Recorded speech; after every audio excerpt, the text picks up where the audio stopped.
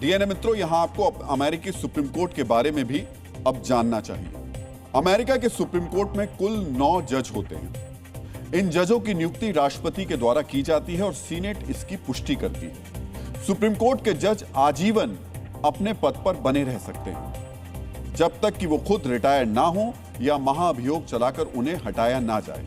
मतलब उसमें कोई एज लिमिट, उम्र की सीमा नहीं होती। मौजूदा समय में चीफ जस्टिस समेत 6 जज रूढ़िवादी यानी रिपब्लिकन पार्टी की विचारधारा के हैं, जबकि 3 जज उदारवादी यानी डेमोक्रेटिक पार्टी की विचारधारा के हैं। लेकिन जब फैसला आया तो 6 जजों ने टैरिफ के खिलाफ वोट दिया, जबकि 3 ने ही टैरिफ का समर्थन किया। डीएनए मित्रों, 9 जजों में से 2 जज यानी नील गुरसुक और एमी कोनी बैरेट की नियुक्ति तो खुद ट्रंप के कार्यकाल में हुई थी। ट्रंप जब पहली बार राष्ट्रपति बने थे उस वक्त इन्हें सुप्रीम कोर्ट में नियुक्त किया गया था, लेकिन इन्होंने भी ट्रंप के खिलाफ फैसला दिया। इसके अलावा रिपब्लिकन खेमे के चीफ जस्टिस जॉन रॉबर्ट्स ने भी टैरिफ को गैर कानूनी बताया। सोचिए, ट्रंप को पूरी उम्मीद थी कि ज्यादातर जजों के रिपब्लिकन खेमे से होने के कारण टैरिफ लगाने का फैसला बना रहेगा, लेकिन ट्रंप का फैसला इतना गैर कानूनी था, उनकी दलीलें इतनी खोखली थी कि रिपब्लिकन जजों ने भी ट्रंप का साथ नहीं दिया। इसी वजह से वो इसे अपने व्यक्तिगत अपमान के रूप में ले रहे हैं और जजों के खिलाफ मर्यादाहीन बयान दे रहे हैं।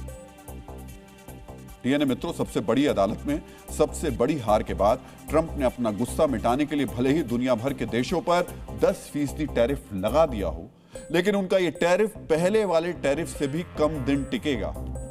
सुप्रीम कोर्ट के फैसले के बाद 10 महीने में ही पुराना टैरिफ रद्द हो गया, लेकिन नया टैरिफ 5 महीने में ही हटाना पड़ेगा। अब ऐसा क्यों, यह भी समझ लीजिए। ट्रंप की यह मजबूरी उस कानून में छिपी हुई है जिसके तहत उन्होंने नया टैरिफ लगाया। डीएनए मित्रों, अमेरिका के ट्रेड एक्ट 1974 की जिस धारा के तहत ट्रंप ने यह टैरिफ लगाया है, उसमें कई शर्तें हैं। इस कानून के तहत 15% से ज्यादा टैरिफ नहीं लगाया जा सकता। यानी ट्रंप जिस तरह अभी दुनिया भर के देशों पर 25 या 50% टैरिफ लगाते थे, वो नहीं लगा सकेंगे। इस लिमिट को देखते हुए ही उन्होंने 10% टैरिफ लगाया। अगर ऐसा नहीं होता तो यहां भी वो मनमानी करते। दूसरी शर्त यह है कि ट्रेड एक्ट 1974 के तहत 5 महीने के लिए ही टैरिफ लगाया जा सकता है, यानी जुलाई तक ही यह टैरिफ जारी रहेगा। 5 महीने के बाद अमेरिकी संसद की मंजूरी लेनी है।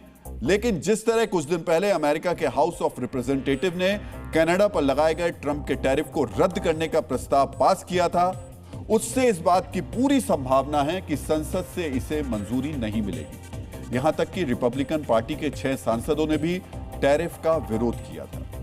यानी international emergency economic power act की तरह अनिश्चितकाल के लिए यह टैरिफ लागू नहीं किया जा सकता।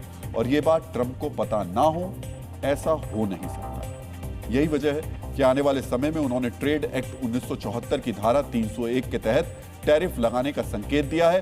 ट्रंप ने चीन के खिलाफ इस कानून का इस्तेमाल भी किया है। इसके अलावा ट्रेड एक्सपेंशन एक्ट 1962 की धारा 232 का भी हवाला दिया है। लेकिन यह 1977 के कानून की तरह असरदार नहीं है। ट्रंप टैरिफ के नाम पर टेरर फैलाने का जो मंसूबा रखते हैं, वो शायद इससे पूरा नहीं होगा।